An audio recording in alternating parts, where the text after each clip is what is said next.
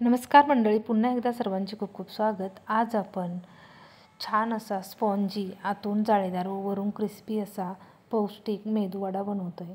मेदूवडा बनवण्यासाठी आपण येथे 1 वाटी उडदाची डाळ आणि 1 मूठभर तांदूळ एकत्रित भिजवून घेतलेले आहे। हे एक रात्रभर असेच ठेवले। दुसऱ्या दिवशी आपण याचे मेदूवडे बनवतोय। जेवढं पीठ छान फुगलं जाईल तेवढे मेदूवडे छान क्रिस्पी आणि स्पॉन्जी होतात। लाल मिरची लसणाची चटणी आपण इथे टाकलेली आहे, चवीपुरते मीठ, थोडेसे जिरे आणि ओवा चुरगळून टाकलेला आहे। हे सर्व घटक आपल्याला छान एकजीव होईपर्यंत व्यवस्थित मिक्स करून घ्यायचे आहे। आतापर्यंत मेदूवडा बनवण्यासाठी मी फक्त उडदाच्या डाळीचाच वापर केला होता, परंतु यावेळेस यामध्ये 1 मूठभर तांदूळ टाकलेले आहे। रेशनचे तांदूळ वापरलेले आहे। उडद डाळ चिवट असल्यामुळे वडे कढईपर्यंत जाऊस्तरच ते मध्ये तुटतात।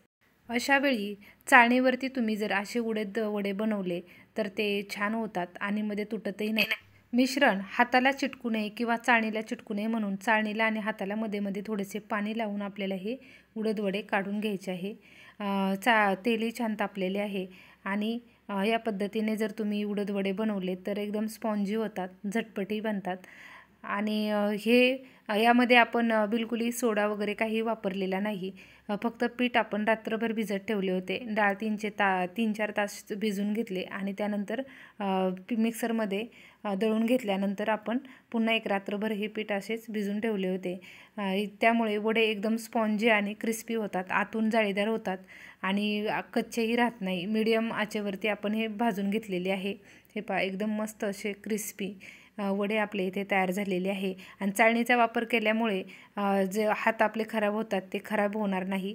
या पद्धतीने असे मस्त खमंग आणि पौष्टिक असे वरून एकदम क्रिस्पी व आतून जाळीदार असे पौष्टिक आपले उडद डाळीचे वडे येथे तयार झालेले आहे।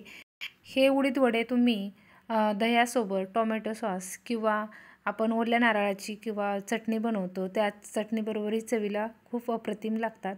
पुन्हा भेटूया अशाच एका साधे सिंपल व्हिडिओसोबत। धन्यवाद।